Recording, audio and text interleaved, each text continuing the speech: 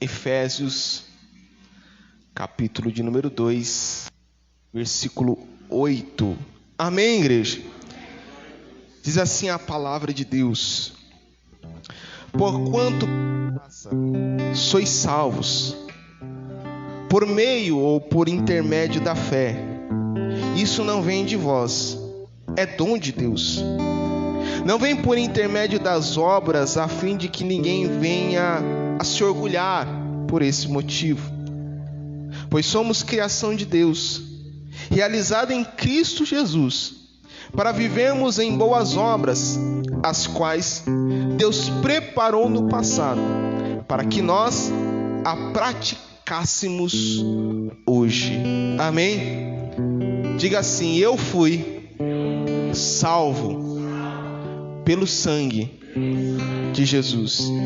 Diga assim: eu fui comprado pelo sangue de Jesus. Diga assim: ele pagou a minha dívida com o seu sangue. E diga assim: e eu não vou mais ser um endividado. Feche os teus olhos. Feche os teus olhos, porque este Deus de graça está sobre a nossa vida. Este Deus de graça está sobre mim, está sobre vocês hoje. A presença dele já está neste lugar. Desde a primeira pessoa que aqui entrou, a sua presença é real, a sua presença é verdadeira. E hoje nós podemos se alegrar, podemos nos alegrar, porque ele está no controle de todas as coisas. Ele morreu por mim, ele morreu por você, e a alegria tem que invadir o nosso coração, porque aquilo que não poderíamos fazer, ele fez. Senhor Jesus, mais uma semana nós estamos diante da tua palavra, Senhor, e mais uma semana tua igreja, teu povo veio aqui para ouvir a tua palavra, para ouvir a tua voz. Por isso eu te peço nesta manhã, Senhor, fala conosco, fala com cada homem, fala com cada mulher, ministra, Senhor Jesus, as nossas vidas, e que saiamos daqui impactados pela tua palavra. Assim, Senhor, nós oramos, te pedimos e te agradecemos. Amém. Amém. Você pode aplaudir bem forte o Senhor Jesus? Glória a Deus.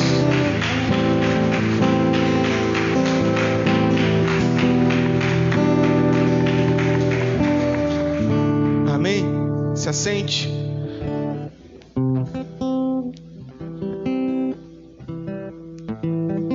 Terceira semana, terceira sola da reforma, sola gratia, somente a graça. Durante todas as 2 primeiras semanas, nós aprendemos aqui algo muito importante. Primeira semana nós falamos sobre fé. Entendemos que a nossa fé está em Cristo e não no que Ele pode fazer. Por que a nossa fé está em Cristo? Mesmo não tendo a certeza se Ele fará ou não fará, porque a nossa certeza está em Cristo, que é fiel e que ouve a oração daqueles que clamam. Ele mesmo disse: clama a mim e responder-te-ei, e anunciar-te-ei coisas firmes ou ocultas que não sabes. Ele mesmo disse: batei a porta e ele se abrirá.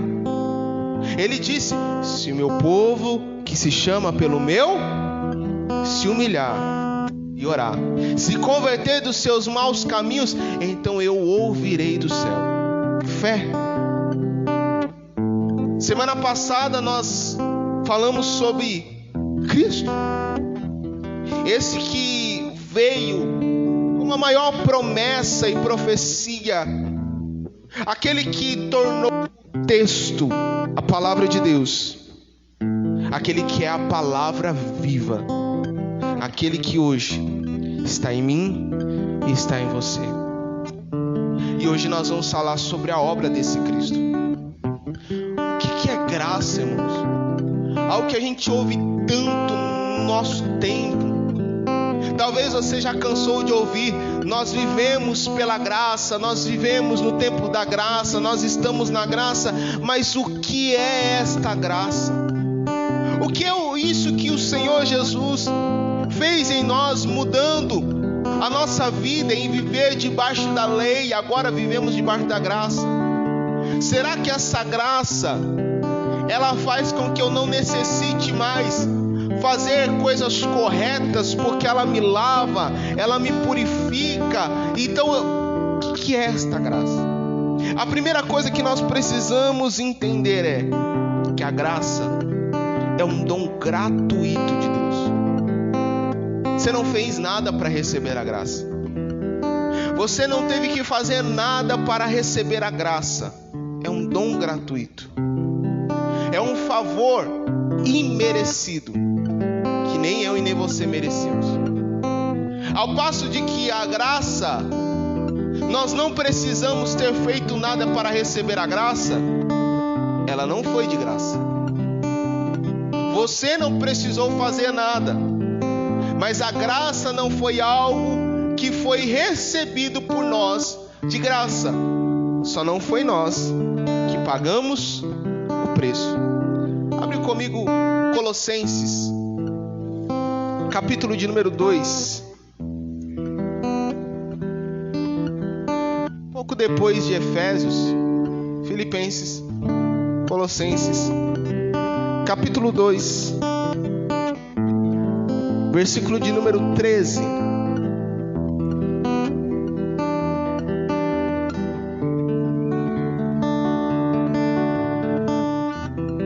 Todo mundo que tem uma dívida, essa dívida precisa ser? Sim ou não? Então, quando nós temos uma dívida, precisamos pagar essa dívida.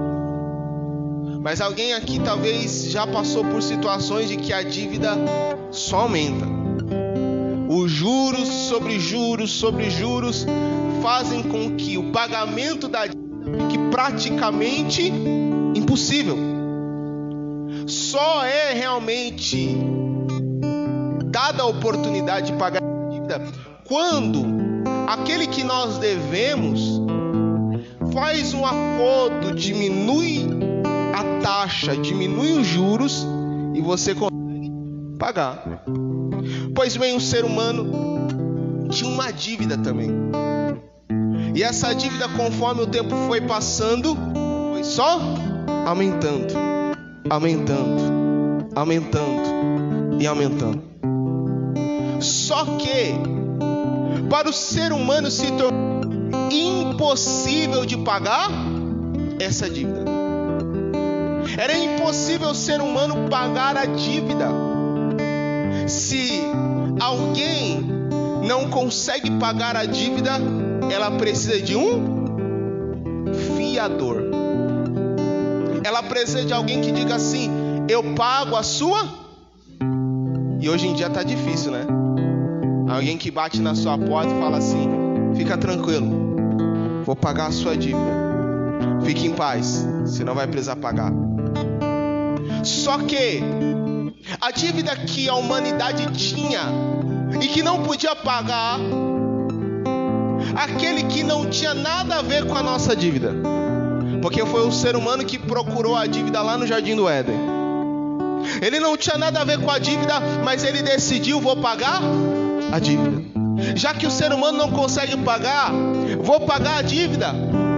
Qual é o preço dessa dívida? Sangue. A palavra diz que no sangue há vida. Nós só conseguiríamos pagar a dívida com a nossa vida. Só que a nossa vida é insuficiente para pagar a dívida. Pagaríamos a dívida e continuaríamos devendo. Pagaríamos a dívida e continuaríamos devendo. Algo que há 2 semanas eu tenho pregado e era pregado contra. Era só você pagar que você conseguiu um lugar no céu.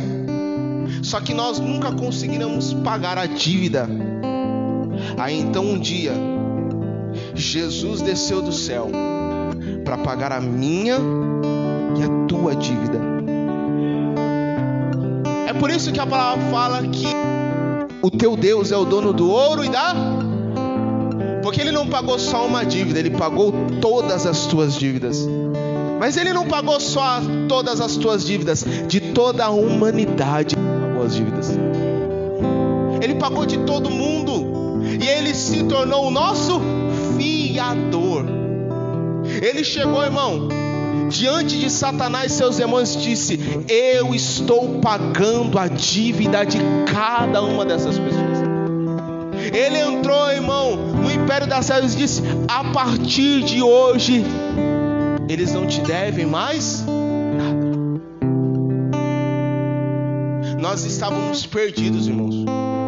Nós estávamos mortos, acabados.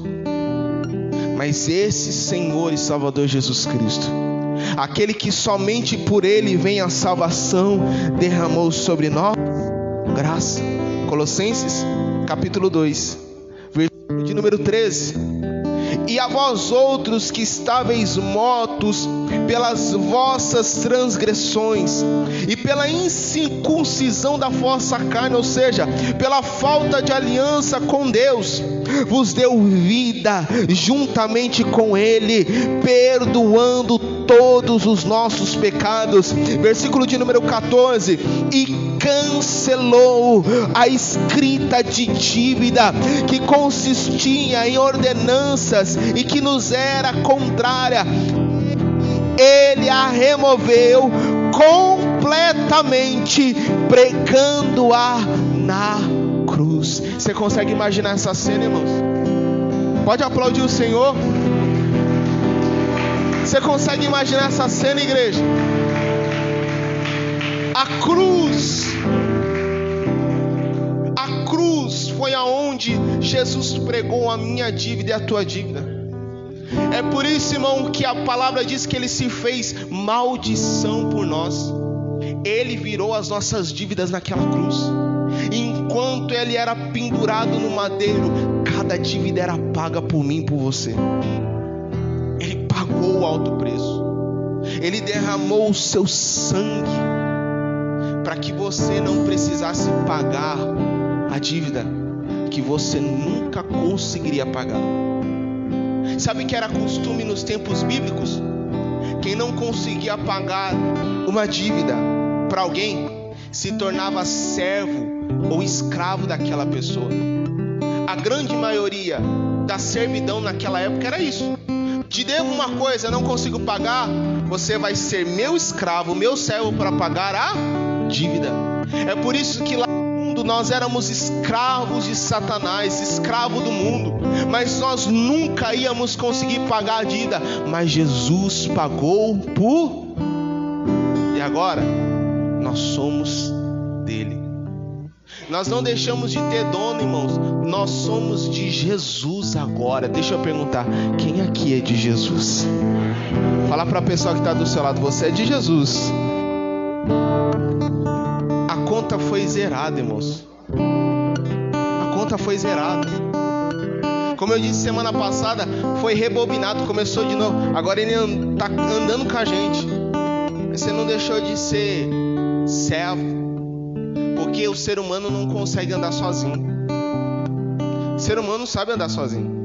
Se ele andar pelas suas próprias vontades, ele se perde.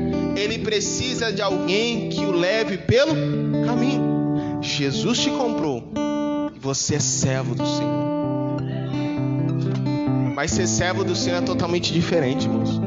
Nós não estamos debaixo de um jugo pesado. Ele mesmo disse: o meu jugo e o meu fardo é leve, não é pesado. Mas não quer dizer que não tem coisa aí, porque todo contrato tem regra. Não acha que só porque você foi salvo por Cristo, o contrato que nós temos com Ele, o testamento, não tem regra? Tem regra, e eu preciso obedecer essa regra. Porque nós lemos aqui: os pecados que estavam sobre nós foram perdoados. Você consegue entender isso, irmãos? Que os pecados que estavam sobre mim e sobre você foram perdoados. Algo que Jesus fez na cruz antes de você nascer.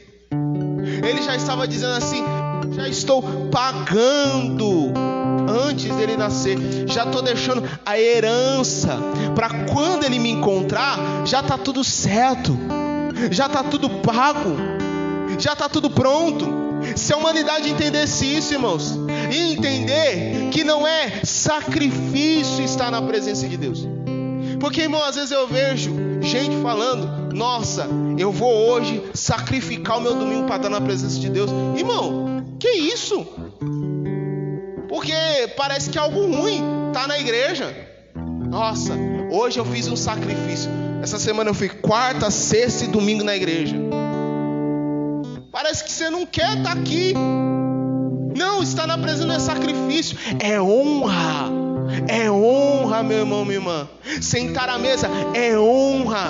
Porque se não fosse Ele, a gente não estaria aqui, meu irmão, minha irmã. Ele abriu as portas da sua casa. Ele abriu a porta da família. E Ele deixou eu e você entrar. Então não trate estar na igreja como sacrifício.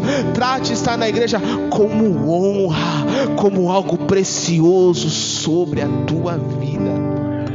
Diga assim: você tem honra. Diga para a pessoa que está do seu lado: você tem honra de estar aqui.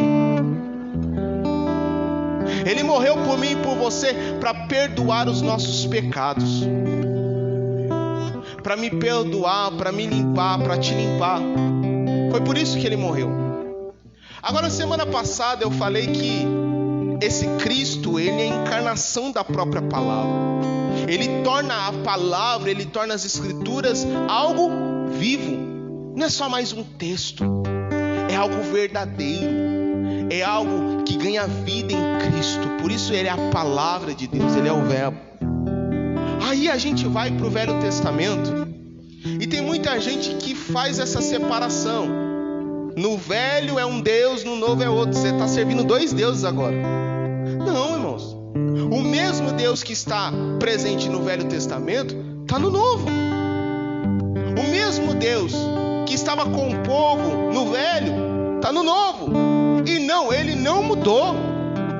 Ele não mudou. Por quê? Tem muita gente que fala assim, ó: não, no Velho Testamento era o tempo da lei, sim ou não? E o Novo, o tempo da... Então, tudo mudou. Não, não, não. Quem disse isso para você? Não é que Jesus veio para acabar com a lei. Quem disse isso para você? Ele veio para cumprir a lei. Porque você, turrão, que acha que alguma coisa, que tem nariz empinado porque serve a Deus, você nunca ia conseguir cumprir a lei, nem um tintim dela por dia. E a gente costuma ser assim: quanto mais passa o tempo, mais... Não, eu sou crente. Não, porque eu faço isso e aquilo. Irmão, nem conseguir cumprir as leis do Senhor você consegue cumprir. Você só tem o que você tem porque o Senhor derramou graça sobre a tua vida. Porque a palavra diz que a lei só traz morte para nós porque a gente não consegue cumprir a lei.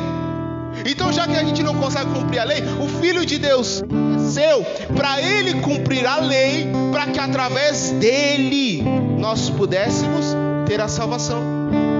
Então não se acha o bom, porque você não consegue nada se não for Jesus. Fala mais uma vez para a pessoa que está do seu lado. Fala assim: abaixa o nariz.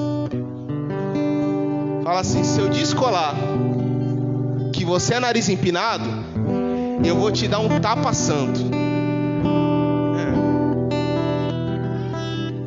Porque a gente só está aqui pela graça.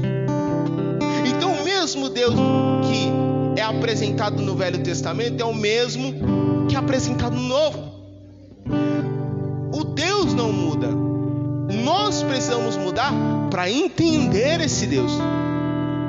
Porque no Velho Testamento, Jesus está lá, irmãos. Eu podia perder uma pregação inteira te mostrando Jesus no Velho Testamento. Jesus conversando com Abraão, Jesus conversando com os pais de Sansão. Podia perder um monte de tempo com você te mostrando que Jesus está. Mas eu vou mostrar hoje que desde o começo de Israel, desde o povo no deserto, Deus estava falando com o povo.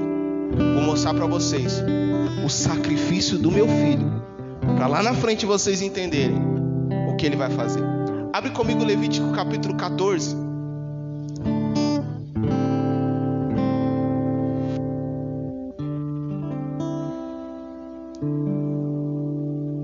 Levítico 14.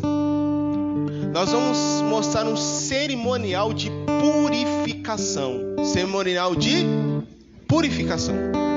Quando nós vamos falar do pecado, às vezes nós usamos uma analogia com a lepra. Porque a lepra é isso. É algo que vem do homem de dentro para fora. É um vírus, uma doença que nasce dentro do homem e estoura para fora. Dependendo da lepra na época bíblica, essa mesma lepra podia contaminar toda a casa. Era por isso que o leproso deveria sair da sua casa, porque a lepra era algo tão terrível que poderia tomar conta da casa como uma espécie de mofo. E aquela lepra era por vezes tentada a ser retirada. Se não conseguisse tirar as lepras da parede da casa, a casa deveria ser derrubada. Então a lepra, nós usamos o símbolo da lepra para falar do pecado. Por que hoje, irmão, você não apresenta as obras da carne como no mundo? Porque tem algo que prende. Mas a gente precisa entender que as obras da carne estão em cada um de nós. O que nos prende é a ação do Espírito Santo sobre a nossa vida. Então quando a gente vai em Levítico 14, nós vamos ver um cerimonial de purificação. Quando alguém era acometido de lepra e agora ele passava por esse processo, depois que essa pessoa fosse curada, o sacerdote ia na casa para purificar essa casa. Então Levítico capítulo 14, a partir do versículo de número 49, a gente vai ler, e depois eu vou te mostrar algumas coisas interessantes nesse sacrifício aqui. Olha lá, versículo de número 49. Para o sacrifício pelo pecado da casa, tomará 2 aves. Quantas aves? 2 aves, madeira de cedro, lã escarlate ou lã carmesim e isopo. Matará uma das aves em cima de um pote de barro cheio de água limpa. Matará uma das aves em cima de um pote de barro cheio de água limpa, tirada de uma fonte. Em seguida, tomará a madeira de cedro, o isopo, a lã escarlate e a outra ave que ainda vive, e os mergulhará no sangue da ave imolada e na água corrente. Fará 7 aspersões sobre a casa. Dessa maneira, ele purificará a casa com o sangue da ave sacrificada, a água fresca, a ave viva, o pedaço de madeira de cedro, o isopo e a lã tingida de vermelho escarlate. Versículo 53. Em seguida, levará a ave viva para fora da cidade e a libertará no campo. Assim, o sacerdote realizará a cerimônia de purificação e a casa se tornará novamente limpa. Conseguiu ver Jesus aí? Não, pastor, eu só vi sangue, ave, madeira, isopo. Vou te explicar. Quantas aves eram apresentadas? 2. A primeira vez que o Espírito Santo vai aparecer no Novo Testamento, ele vai aparecer numa forma corpórea do quê? E pomba é o quê? Ave. Aí quando Jesus ele vai falar lá em João capítulo 14, ele vai falar que quando ele subir ao Pai, ele vai mandar o quê? Mas ele vai usar uma palavrinha lá, ele vai falar outro. Se vem outro consolador é porque já tinha um com eles. Quem era esse primeiro consolador? Jesus. Então Jesus e o Espírito Santo são um. Assim como o Pai, lembra que eu preguei semana passada? Então a gente tem duas aves sendo apresentadas aqui. Essas aves seriam usadas para quê? Para o ritual de purificação. Mas quantas aves iam morrer? Uma só. Uma só. Uma é morta. O sangue dela é aspergido num vaso do quê? No vaso do quê, igreja? E tu é feito do quê? E foi derramado sobre a tua vida o quê? De quem? De Jesus Cristo. Esse Jesus morreu aonde? Numa? E cruz é feita do quê? E um dos negócios que estavam aqui era o quê? Madeira? Tá conseguindo entender agora? Uma ave é morta. O sangue dela é aspergido num vaso de barro. Você. A outra permanece viva. Essa que é viva, que permanece viva, ela é mergulhada viva no sangue da outra ave, junto com água. Ela é mergulhada 7 vezes. Amém? Deixa eu ver quem é bom de Bíblia. Quantas frases Jesus disse na cruz? Quantas?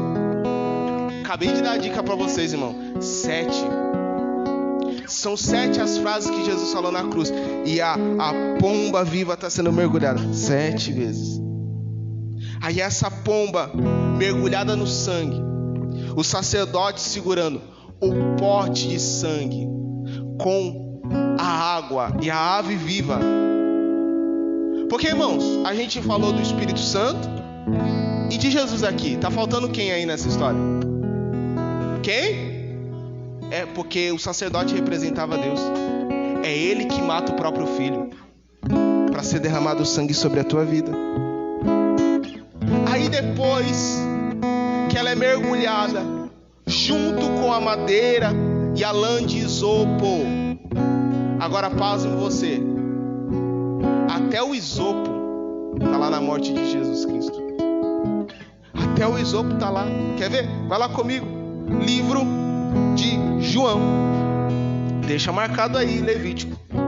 Livro de João, capítulo de número 19. O isopo ia ser mergulhado em sangue sangue e água. Sangue e água. Olha lá. João, capítulo 19.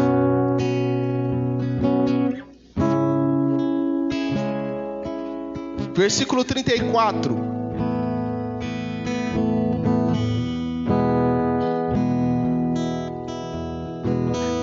João 19, versículo 34. Contudo, um dos soldados perfurou o lado de Jesus com uma lança e imediatamente brotou sangue. Sangue da onde? Da ave que estava sendo morta. Sim ou não? Agora, ainda aí, versículo de número 29. Olha qual vai ser a última coisa que Jesus vai fazer antes de morrer. Olha lá. Próximo havia um cântaro cheio de vinagre. Então embebedaram uma esponja com vinagre, a colocaram na ponta de uma vara de madeira e isopo. A pergunta é: a gente já viu que perfuraram Jesus e saiu sangue? E esse isopo foi molhado de sangue também? Tem certeza, gente? Esse isopo foi parar na boca de quem? E Jesus está como? Ensanguentado. O isopo lá de Levítico 14 foi molhado aonde? No sangue da ave. E aqui está acontecendo a mesma coisa. Pastor, mas o que tem a ver esse isopo, sangue? Abre comigo o Salmo de número 51. Um dia, o rei Davi cometeu um pecado contra Deus.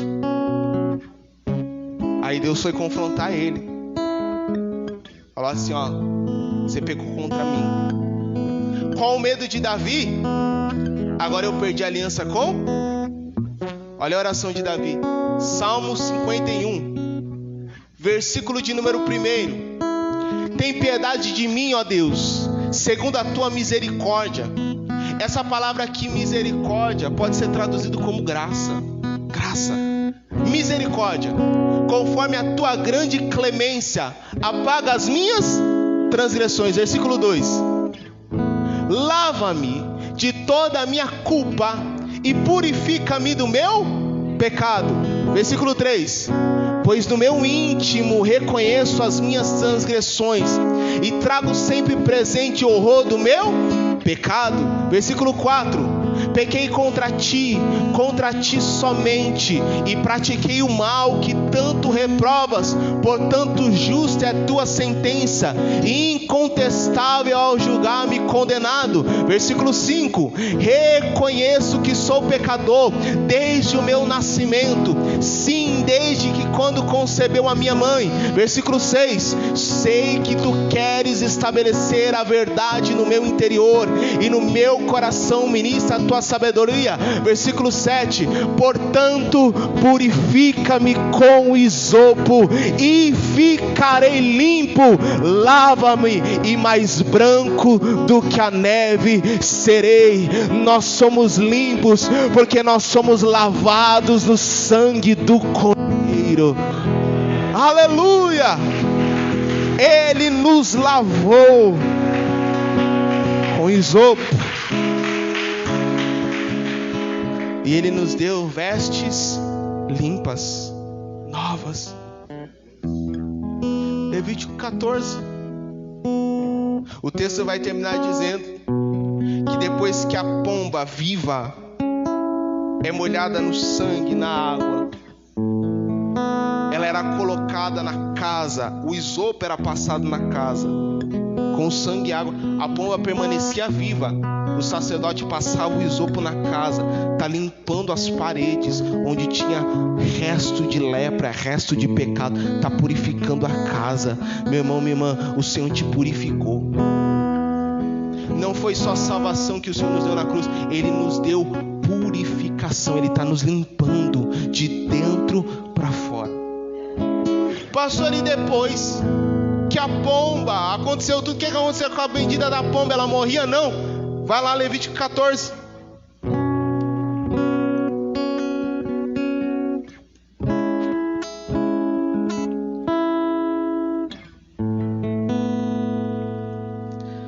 Levítico 14.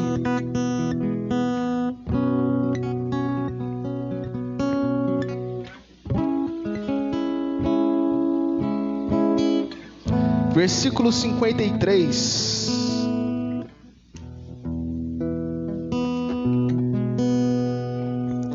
Levítico 14, versículo 53.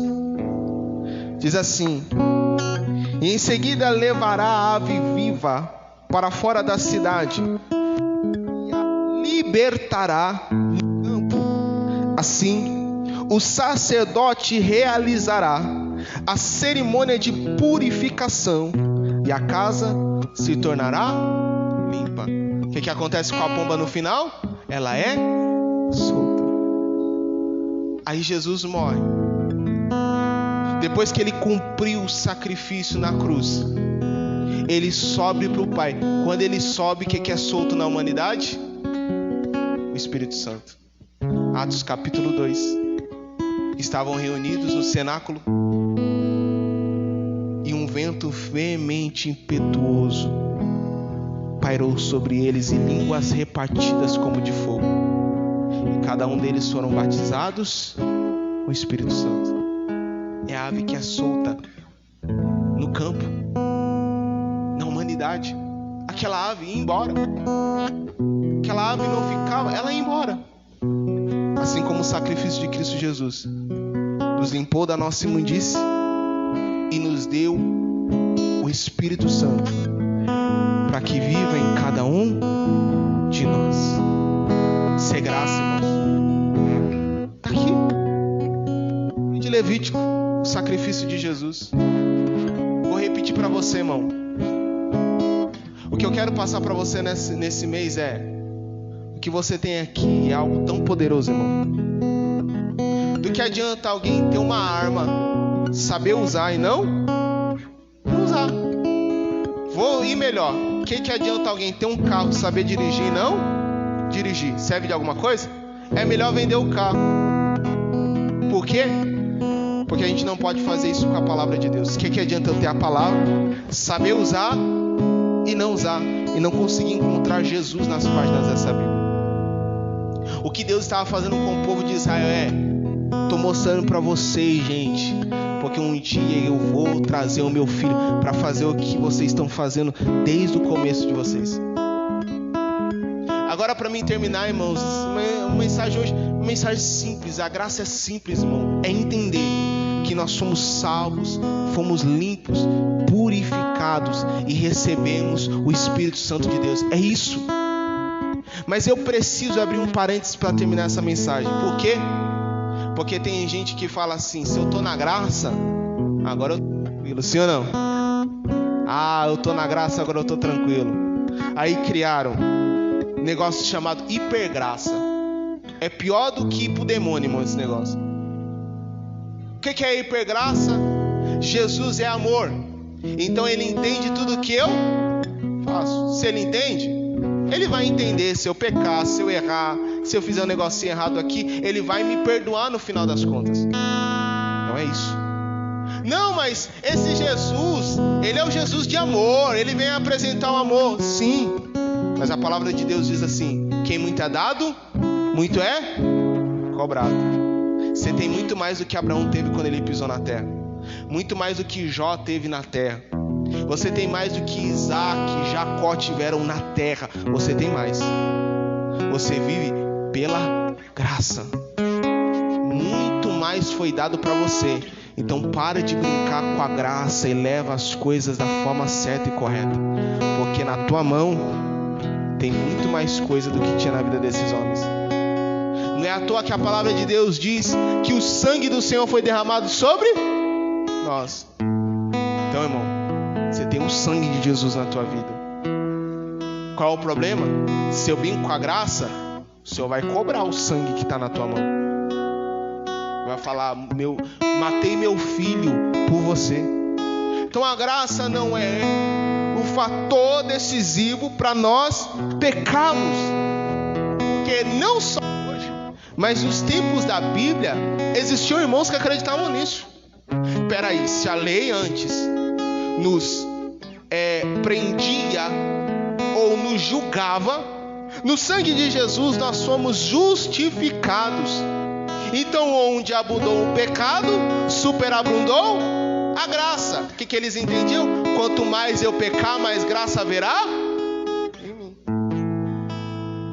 Então para que eu tenha mais graça do Senhor, eu preciso pecar mais. Aí Paulo se levantou contra. Livro de Romanos,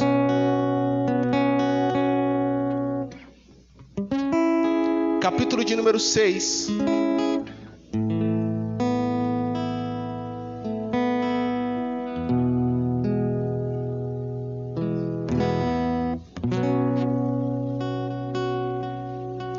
Vamos lá para Romanos 5,17.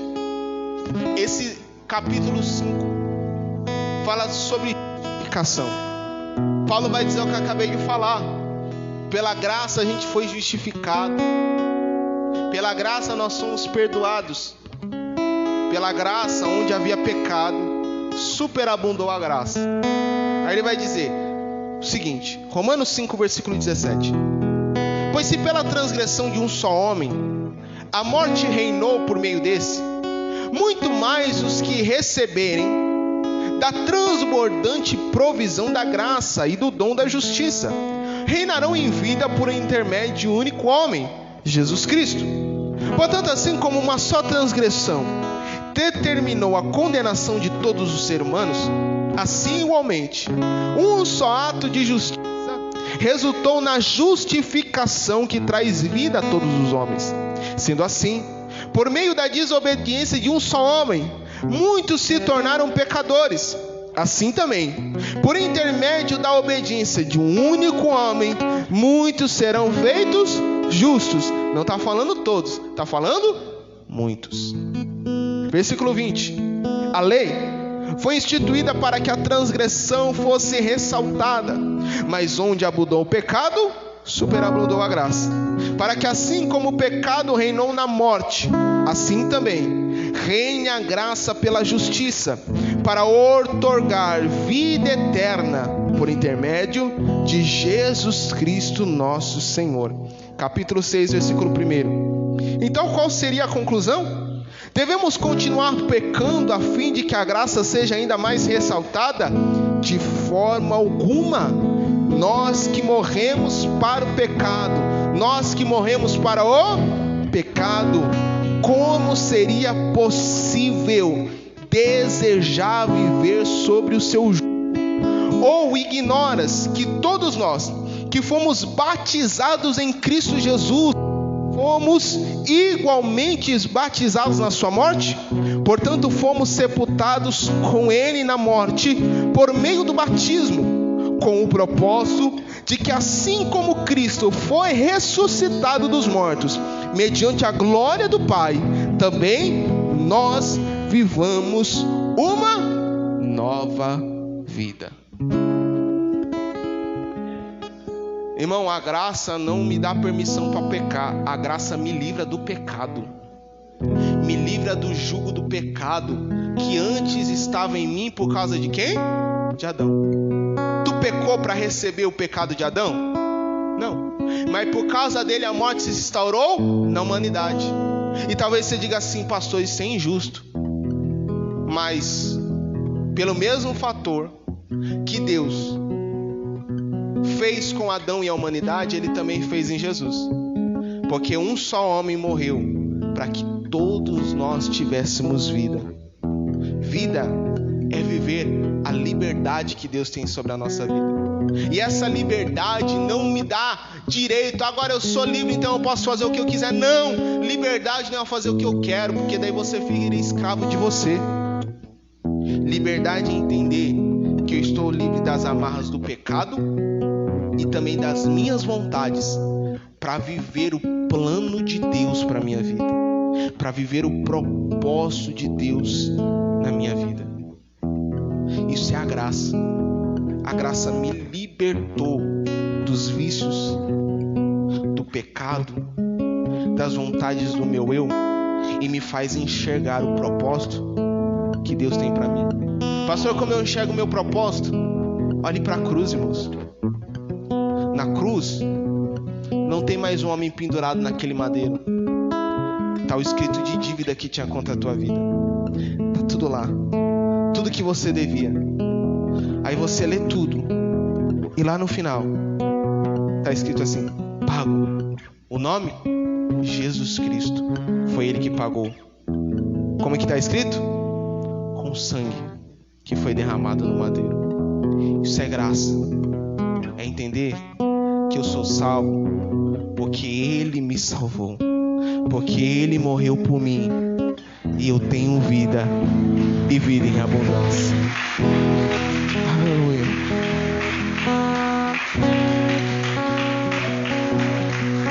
Se coloque de pé.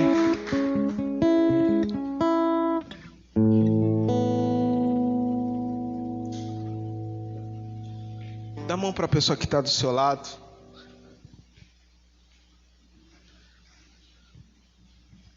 Nós precisamos sair daqui nessa manhã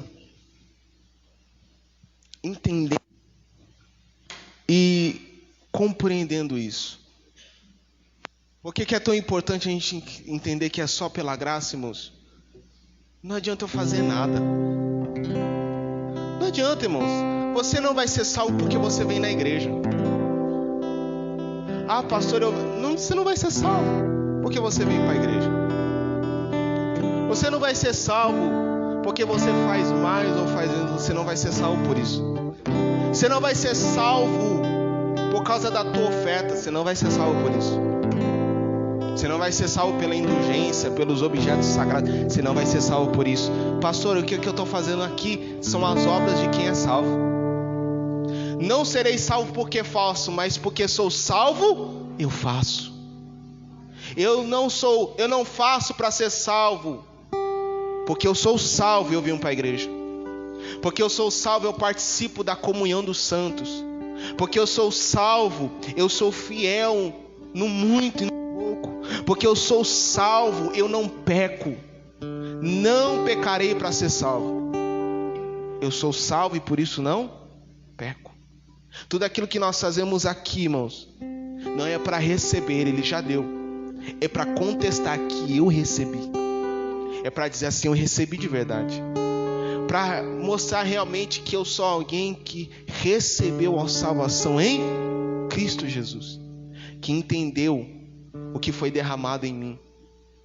O que foi passado em mim para me limpar e para me purificar. Estar aqui na presença de Deus não é brincadeira, é coisa séria. Mas posso dizer, o mais difícil, Jesus já fez na cruz. A partir de agora, irmãos, é como eu disse, não é viver uma vida de sacrifício, sabe? Nossa, eu vou para a igreja, eu vou sacrificar essa minha noite para estar na igreja, essa manhã, meu sono, não. É viver um tempo de gratidão. Porque Ele já fez tudo isso por nós. E nem chegou no começo do que a gente ainda viver com Ele. Imagina, irmãos, ter nascido e longe do Senhor. O máximo que a gente ia poder chegar do céu era o inferno. E Ele foi lá e abriu as portas para mim e para você. Ele foi lá e nos chamou pelo nome. Ele foi lá e nos fez filhos. Nos fez pessoas que agora fazem parte de uma herança, de um testamento. Nós entramos porque Ele decidiu. Não foi porque eu escolhi, foi porque Ele decidiu. Ele falou, eu vou abrir as portas. Ele decidiu escolher. E a palavra fala que Ele não nos deu o espírito de covardia, mas um espírito a qual nós podemos clamar, Abba, Pai, meu Pai. Ele nos fez parte do céu como filhos. E quando a gente chegar lá, o laço vai estreitar. Não seremos apenas filhos, mas a noiva do Cordeiro. Não abra mão daquilo que o Senhor deu na tua vida. Não abra mão porque você quer fazer um negocinho ali errado. Não. A graça está sobre você. Ela te dá forças para vencer esses maus caminhos, esses maus pensamentos. A graça te fortalece. Feche os teus olhos. Diga assim, Senhor meu Deus e meu Pai,